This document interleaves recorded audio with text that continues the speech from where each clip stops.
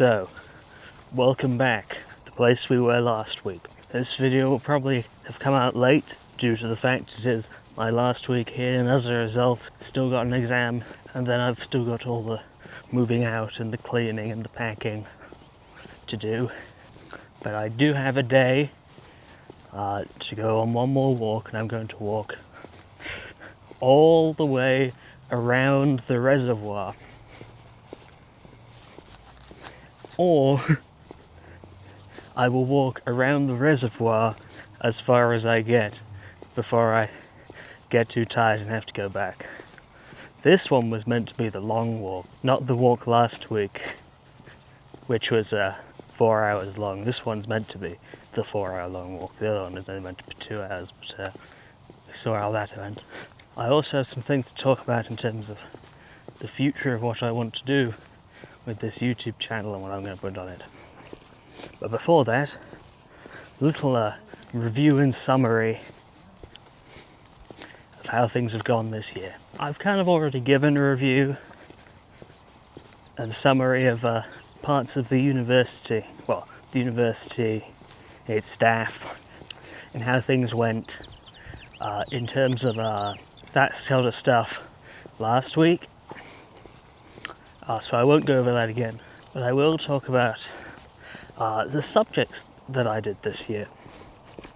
Since I'm a history student, there are a vast variety of different histories that I could do. At the start of the year, like previous years, I haven't quite found my niche within history yet. The part of history that I was specifically interested in. You tell people you're a historian, they ask, "Oh, I have this question about the Roman Empire." And like, I'm not a historian I'm not a historian of the Roman Empire, but a historian of the Middle Ages. And asking different historians of different topics questions about different things is a bit like going up to a scientist and saying, "Oh, you're a scientist. Can you tell me all about the Artemis 2 space launch?" I'm like, "No, I'm a biochemist." So I haven't found my niche in history. Spoilers, I have now. We'll get to that much later. Let's go through the 10 topics that I had to do, well, that I chose to do. If I'd, as I said in the previous video, if I had the ability to choose again, I may have chosen differently. But that's not to say that I didn't enjoy all of them, and the staff for each subject wasn't a lovely person to get on with. First was European history from 1800 to 2000, and European nationalism from 1800 to the year 2000. The reason why I group those together is because they are both led and taught by Professor Nolan Hay. I've heard many different pronunciations of his last name. This subject I enjoyed very much, specifically because I of course had an advantage of being a European, and therefore having an advantage when it came to the information of things going on, particularly in regard to Britain.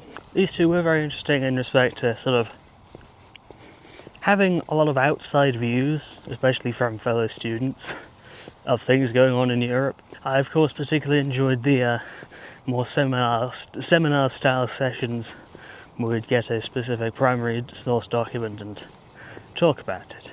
European nationalism I enjoyed slightly less, but still enjoyed. Simply because, first of all, there weren't as many students in this class, but also it was fairly heavy on the sort of theoretical side of the theories and thinkers that put forward the ideas of nationalism in the 19th and 20th century, which was interesting, but I much prefer less the theory and more the practical application of things. Next, I forget the name of the topic, but it was about the Canadian West. It was much more local in scope, talking about the area of, well, not necessarily just this province, but the 3 provinces of Alberta, Saskatchewan, and Manitoba. Whilst I can't say that I Totally enjoyed that one. The information I got from that one was useful for having a foundation to the future courses that I would have. Next, there is Intro to Canada Pre-Confederation. As historians tend to do, we look for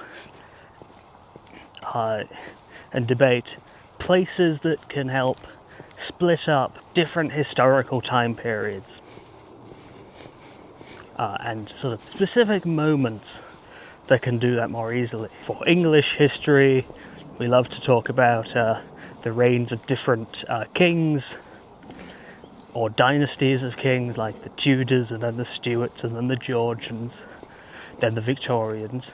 And then more later in history, with the birth of liberal democracy, particularly in the United States, it's much easier to sort of go by administration of different presidents to periodize things. With Canada, there is a very nice cut-off point to split Canadian history sort of into two halves. That is, in 1867, when, as I mentioned in previous videos, the state that is Canada today officially came into existence. Since this was the inception of the modern Canadian state as it existed, it is a nice cut-off point to either start or finish a topic. This isn't without problems, because generally trying to find any moment that you can use to say that this is the end of something and the beginning of something else isn't totally useful all the time. But this was just, this topic was an introduction to all of Canada's history before Confederation. That also is a little bit problematic because Canada didn't exist before 1867. But a better description would be the history of what is now Canada before 1867, with a big focus on, with a specific focus on the east of Canada. So an even better description would be the history of European colonies in what is now Canada until the point where they confederated together to become Canada.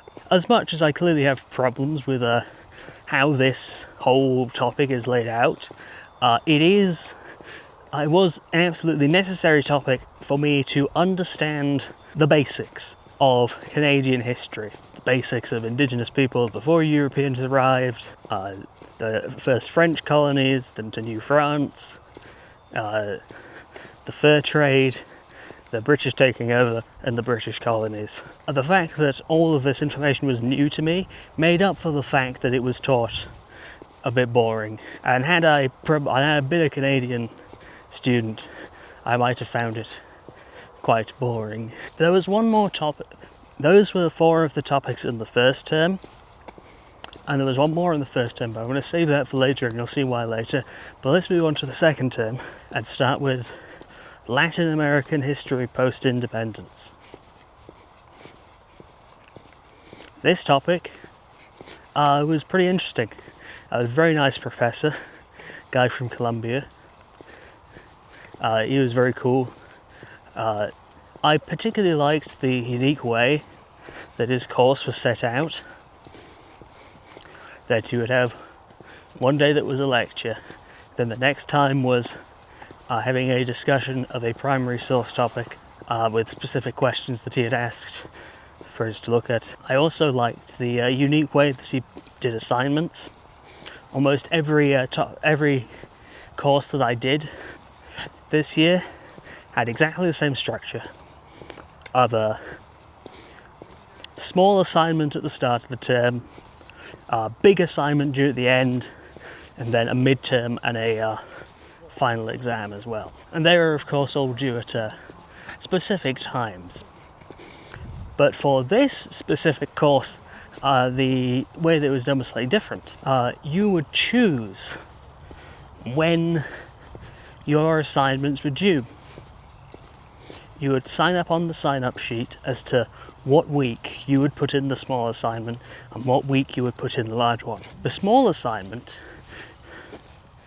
required you to give a 300-word analysis on a primary source document. Depending on the week that you chose, that would determine what primary source document you would analyse, because we would have had the lecture corresponding beforehand, and then on the week that you handed it in, you would have a partner who themselves would read it,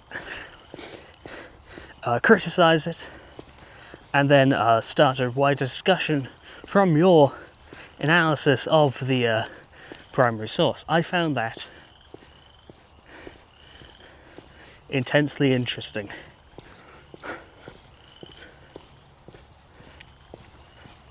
The frogs are croaking.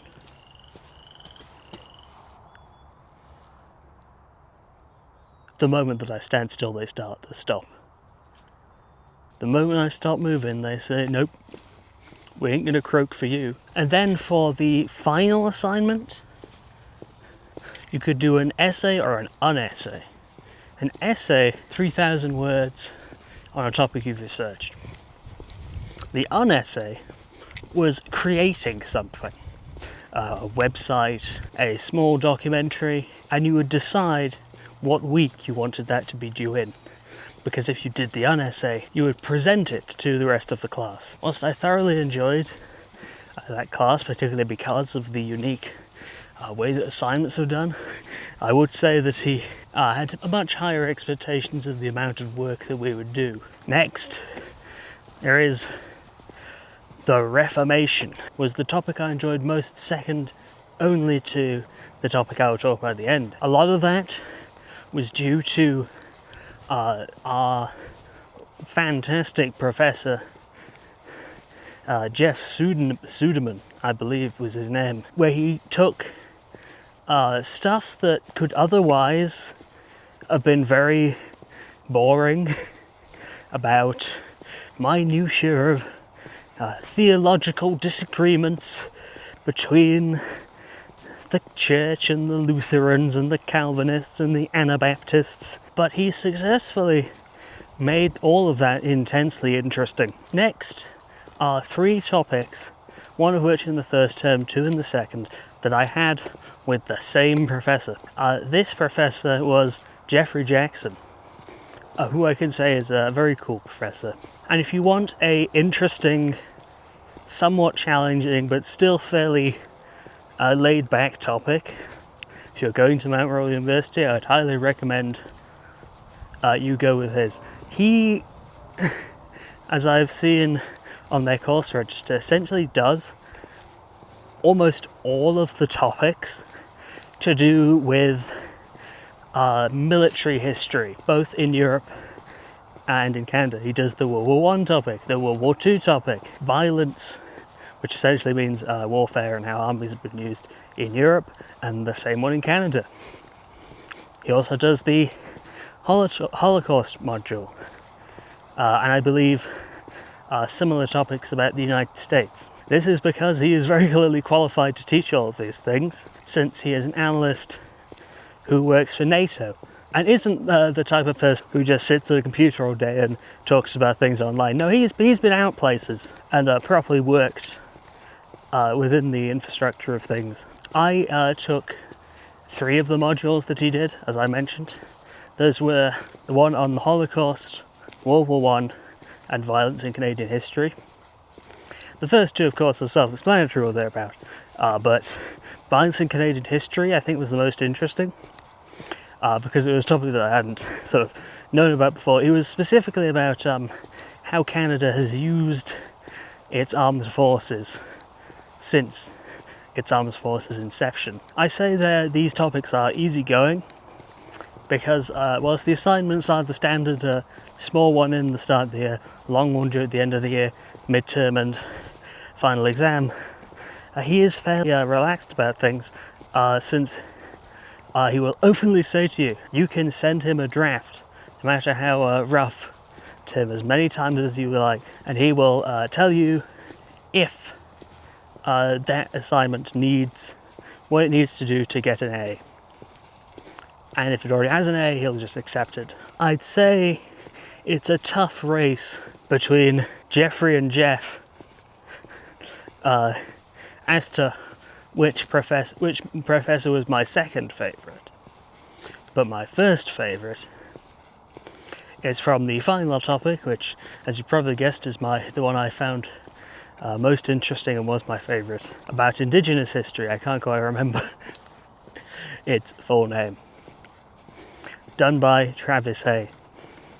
If I had the choice to go back and choose some different topics, I would have chosen topics either from this professor and surrounding this course and its content, because this is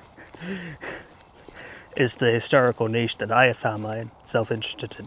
In comparison to the myriad of subjects that I've done both here and in the 2 previous years I was at the University of Hull, and the 4 years of A-levels and GCSEs, there is no historical topic that I have found more interesting, more relevant, and that I have found myself feeling the most passionate about than this. I was going to talk about sort of this kind of epiphany that I was having back halfway through the year, but at that moment the idea hadn't fully formed in my mind. I had decided a while ago that the route I wanted to go down was somewhere in the range of university professor. And then I came to this realization that I was in fact getting quite passionate and was very interested in this subject. This might be the thing. Before I talk about how this has sort of changed, not radically, but subtly, the direction of what I'm aiming for in life, I'd like to more talk about the subject itself first. Get out of the way. Our professor, Travis Hay, who is wonderful. In class, he is sort of very approachable and laid back, but also has the ability to be immensely professional in the topic that he was discussing. There's a dog with sunglasses back there.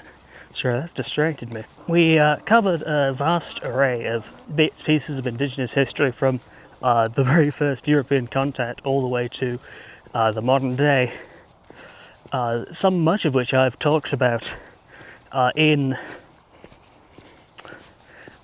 previous videos. And because of the interest that I had in it, it is the subject that I put my maximum amount of effort into and has shown great results. And I'm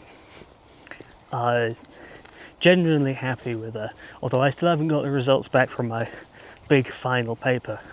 I can safely say that for that paper, I put in the most amount of effort for any piece of academic work that I have so far in my life. And I'm the most proud of that, regardless of what grade it is. I think I'm going to do pretty well on it. I really do hope that I do pretty well on it, because I've gotten A's on every piece of work so far. Going back to why this topic has been the topic that I've decided will be the historical niche that I will go down. Because it has caused such an amount of self-reflection into myself that has been unique to me as a student from the UK. In the UK, when talking about Indigenous people of North America, and any people that the British have colonised in their history, there is a tendency to talk about things in a very detached manner from the events that happened. And I don't blame anybody in the UK for that. And it's natural that that would come about, and it's something that even I didn't realise until coming here, where I have met Indigenous people and gone to see the nation and seen that Indigenous people are still about, and realised that the whole way that we talk about specifically Indigenous people of the Americas is that in a way as if they don't exist anymore, or as if they're a culture and a people that were completely exterminated by colonialism, where in fact the story is the opposite of a people that, in spite of the overwhelming power of the modern centralised state resisted and were able to preserve a massive amount of their culture. And there is also a tendency in, well, not just the UK but Canada as well, to say that, yes, colonialism was bad, but it's over now.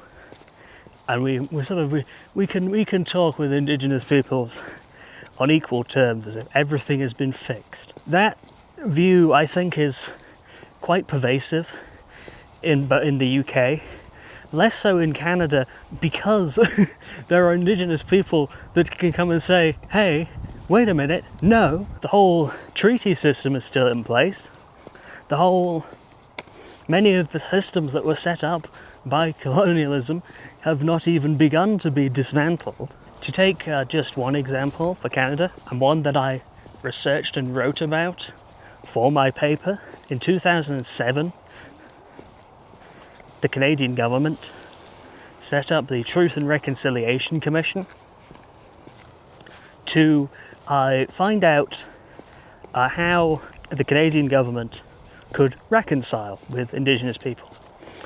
They, in 2015, came up with a commission with 94, I believe, actions that the Canadian government needed to take as a starting point for reconciliation. There were, of course, many actions among those.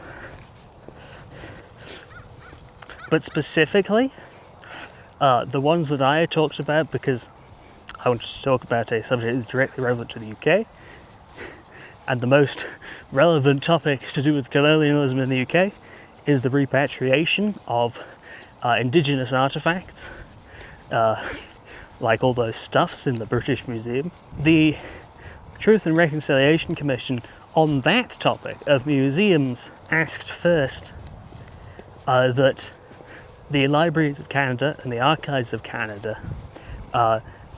go through the entirety of all the items they had and made sure that they complied with UN legislation that Canada had in fact signed up to, so that Indigenous people had access to objects and records that were relevant to them. That process is still ongoing to this day. Another two things is that the Canadian government provide funding for a review by, I believe, the Canadian Association of Archivists and another association for museums to undergo reviews of their best practice. Those reviews were undertaken, but not without significant challenges. First of all, the one I looked at the review that the Canadian archivists did, and despite being promised funding, they made clear that the funding they were given was not enough, and that their staff and the whole meeting as a whole suffered from severe issues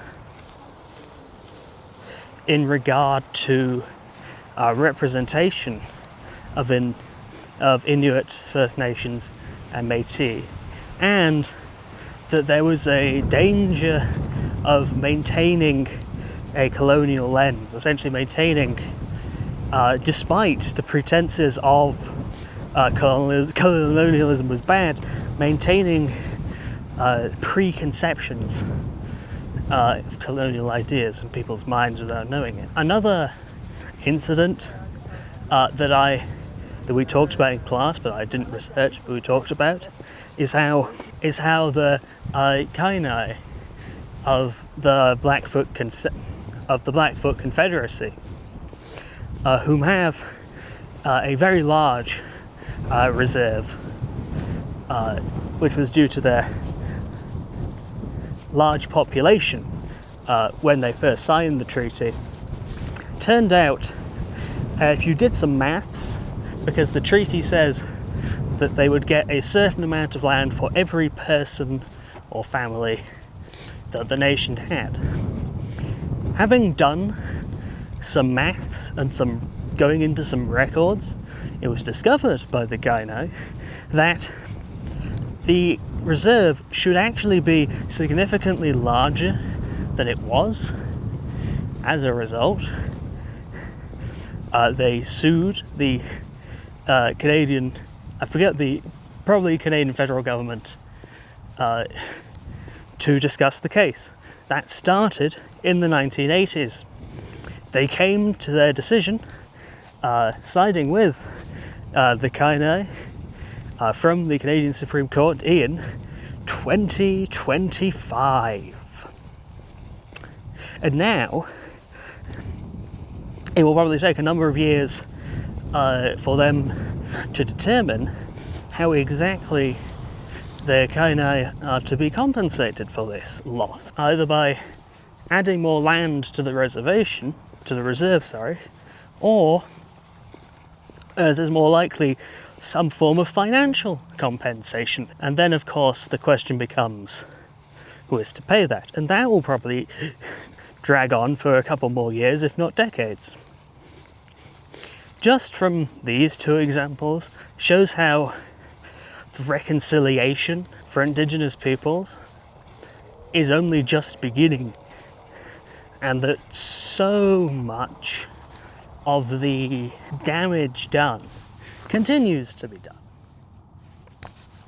and that there isn't a such thing as a clean break between the colonial past and the modern present.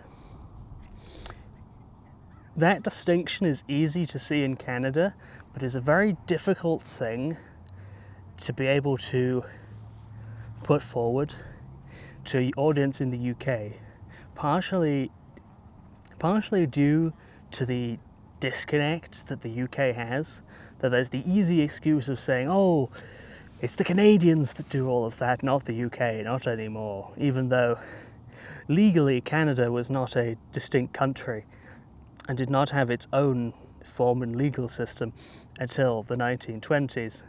And even then, the whole practical basis and foundation for the colonialism carried out in Canada was invented by the UK and resides within UK law, but also because there aren't as many Indigenous people within the UK to physically argue and stand up and say, hey, that's not true.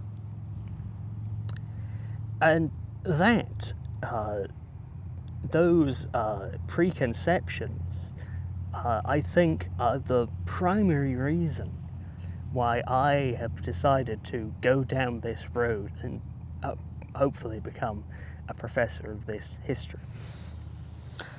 I, of course, intend to teach in the UK, because that would be the whole point.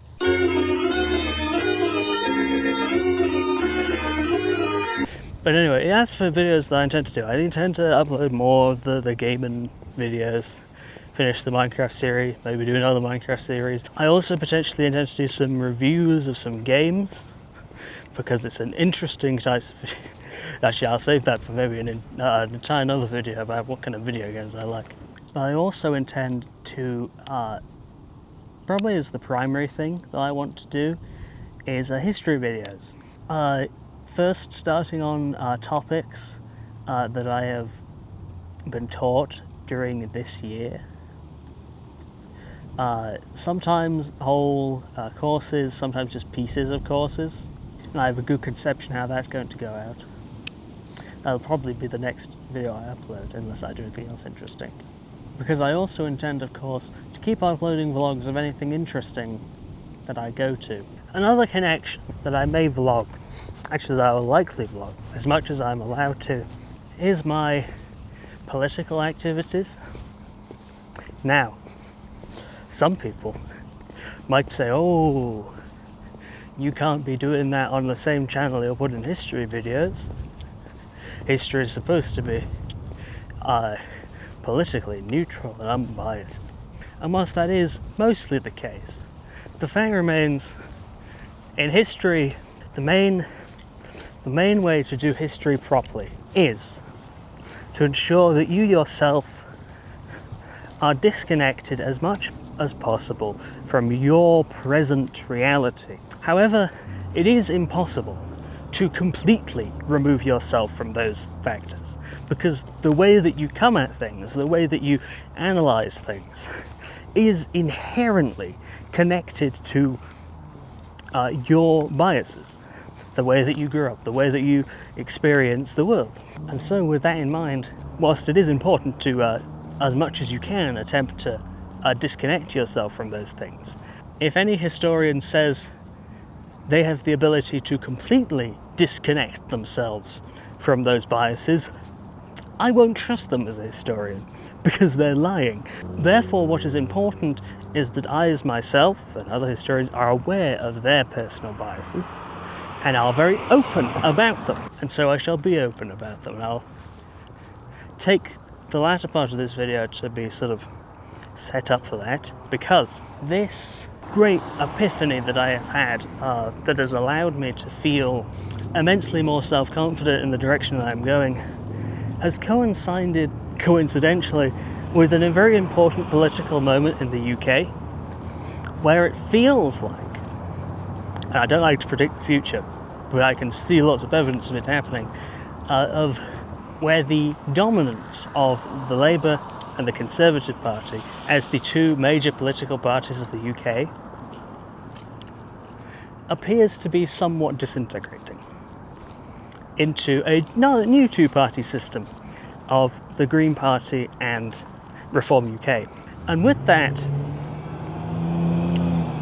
having seen the different political parties, I see the Green Party for the first time coming in to voting and interaction with politics as the first political party that I can vote for that I genuinely feel represents my views and the way that I view the world. Where previously I had simply been voting for best of worst. As a result, and with the greater desire to do things in my life, I have become a member of the Green Party and intend to go to many of their conferences and such, which if I am allowed to, which to the extent that I'm allowed to, I will also vlog on this channel. But we have reached the place where I'm going to catch the bus back. I have thoroughly enjoyed my time in Canada, but whichever video I upload next will not be from Canada, but back from back in the UK. Till the next time, I'll see you later.